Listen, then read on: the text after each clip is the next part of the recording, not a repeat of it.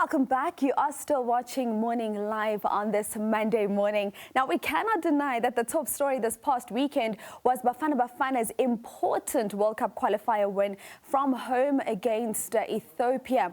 Now, Coach Hugo Broos going into this encounter said time and time again he needs to collect 3 points away from home, and this was the encounter that he was looking to do it in, and the boys definitely got the job done. To help us understand the significance of Bafana's comprehensive victory over Ethiopia, we have roped in sports journalist Clyde Tlou. Good morning, Clyde, and welcome to Sports on Morning Live. Good morning, Busi, and thank you for having me, and good morning to all the viewers. Okay, now, Clyde, the team has been playing without the burden of expectation. Coach Hugo Broos was seemingly told that he must have a long-term view when assembling his squad. But we cannot deny that the results we've seen from this team have allowed us as a nation to believe. So what are your thoughts on the team itself and what it can achieve? Firstly, I think Hugo Broos has been the character that the country needed. Somebody who's straight up and straightforward. He doesn't mince his words. He says things as it is. And I think what's working well for him is him not knowing the players well, meaning everyone is brand new in his eyes. So everyone is actually earning their place by playing for their club. And when they report for camp, he has been clear about it, that he doesn't work on history that so-and-so did this when or wherever. He needs to see it while you're doing it for your club, and also see it in camp. And I think that's really has helped him to get players. Every player is starting to feel equal. No one is worrying about, someone is from outside the country or in Europe, so it means they will be better than him. So I think that has worked very well for him, and the results are showing that as well. Now, Ethiopia, they have a chance at redemption as early as tomorrow evening when, of course, that return leg takes place at FNB. Now, what would you say are some of your areas of concern that you saw in that Bafana victory? Because if we're honest with each other, there were a lot of chances for both sides in that encounter on Saturday. Well, having been watching the Ethiopian Premier League on SuperSport in the last 3 years, I think I've noticed that most of their teams tend to score goals between the first minute up to the 60th minute. And if you look at it, when Ethiopia got their goal, I think it was the 67th minute after they had made some substitutions. And if you check between that minute, from the first minute to the 60th minute, it was a whirlwind. So Bafana had to weather the storm, and eventually, after the 60th minute, then Ethiopian players, they tend to begin to tire, and that's when they often lose a lot of games. Most coaches that have beaten Ethiopia, they start refreshing the team around that time and bring in speed. And I think you saw when Evidence Mahupa, when that ball came through, he just breezed through the defense because of their slowness. After the 60th minute, their defenders were simply tired, and I think Hugo Broos did his homework very well. He studied them very well. He understood what was there to expect, and he delivered on the game plan. And I think the first goal for Bafana, Ethiopia will feel a bit hard done. It was a goalkeeping mistake, but the other two goals, I think I actually expected them around those times. It's when Ethiopia start conceding. And I mean, Bafana Bafana was certainly pushing and asking all the right questions of the Ethiopian goalkeeper, and really he was left exposed. I think Bafana they were top-notch. They executed their game plan very well. And going back to Coach Broos, I think when I say he's a decisive coach who doesn't mince his words and doesn't wait for the 60th minute. You know the script about coaching. You start making changes around the 60th minute, 50th minute at halftime. He made a change as early as the 30th minute. And when he was asked why he took out Sehova Tomavaso, he said it had nothing to do with an injury or anything, but he felt he was not leading the game plan as he was supposed to.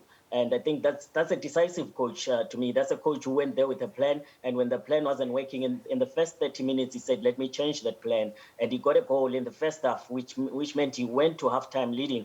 And then, going to the second leg, I think Ethiopia will be coming without pressure. Remember, they'll be playing away from home. They already lost, so they have nothing to lose now. They will be coming guns blazing. So for Bafana, it's just to to control the game. I think at home they really need to take control of the game, control the tempo, slow it down, and especially when Ethiopia are coming hard running. And I'm expecting Bafana to win again.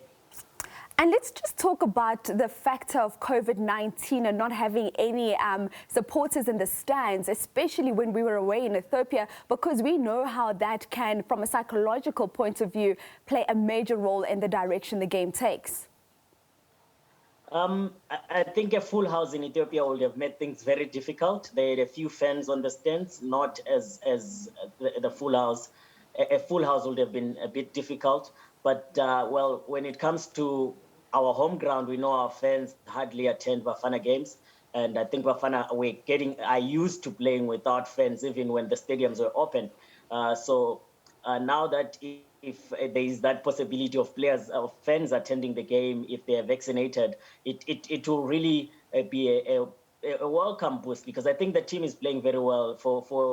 For a while, we haven't seen a Bafana team playing so well, with so much determination, young boys that really want to go to Qatar. I think it's fair for anyone who has started searching accommodation and tickets to Qatar. I think it's really fair, because when you look at the performance of the team, it takes you back to, I think, was it the 2015 AFCON qualifiers, when the team was under Sheikh Mashaba with a lot of unknowns or players that people wouldn't have expected to be in the team. So you had players that are playing with the hunger and the desire to make their names. And I think right now we are at that stage. Now, speaking about Qatar, let's talk about how there were concerns when Coach Hugo Broos spoke about being sabotaged. Do you think that now perhaps the clubs are going to get behind him and the team to ensure that everything that's possible can be done to support the team to ensure that we get to Qatar? The previous coaches, whenever you spoke to them off camera, sitting somewhere, they will tell you they felt sabotaged here and there, but they never spoke about it in public. But I think this is what makes Hugo Broos special. He's saying it, and he's not saying they are. He's putting names that so-and-so is doing this and so-and-so is doing that. I think he has named clubs, he has named individuals that he felt they are playing against him in his quest to better the nation. And that makes him an honest character, a candid character that everyone will probably want to work with, because you know very well that if you do a mistake or you try to sabotage him, he won't hide it. He will go on national TV or anyway and say it in public that you are trying to ruin this national pride quest. And we love that level of transparency. Now, Clyde, just before I let you go, let's wrap up with another national team, Bafana Bafana. We saw their performance in the COSAFA.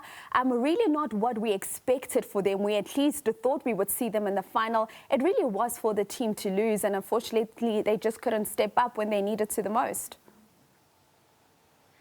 I think on the day, Bafana have become a team to beat in the continent. So every team that faces Bafana will come guns blazing, and I think it's also important for them also to lose every now and then, so that they can rethink and stop probably thinking that they are having it easy in the continent. Remember, this is a team that just beat Nigeria a few weeks ago, and then they come and lose here at home. So I think it's good for them. It brings them down to earth, and they start working again. They get their heads down and continue to work. We expected maybe they'll win the third place match. It didn't go according, but I think there's some positives to take from the tournament, especially as Sibulele Holweni.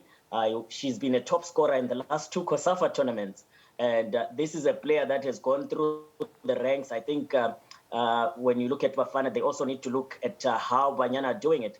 If you recall, Sibulele Holweni was at the Under-17 World Cup in Uruguay, where she represented the country. And then I think she also played in all the junior national teams, and now she's playing for Bafana and banging goals. So that's what we talk about when we mention pipeline and players going through the pipeline. And she has become Clyde, one of the stellar players. I am so sorry, I'm going to have to cut you short there. It was such a lovely interview. Thank you for making time for us this morning, and have a blessed day further. Thank you, Busi, and thank you. Well, that is Clyde Tlou just talking about Bafana Bafana, the World Cup qualifier, securing that victory against Ethiopia away from home. Return leg tomorrow evening at 6 p.m.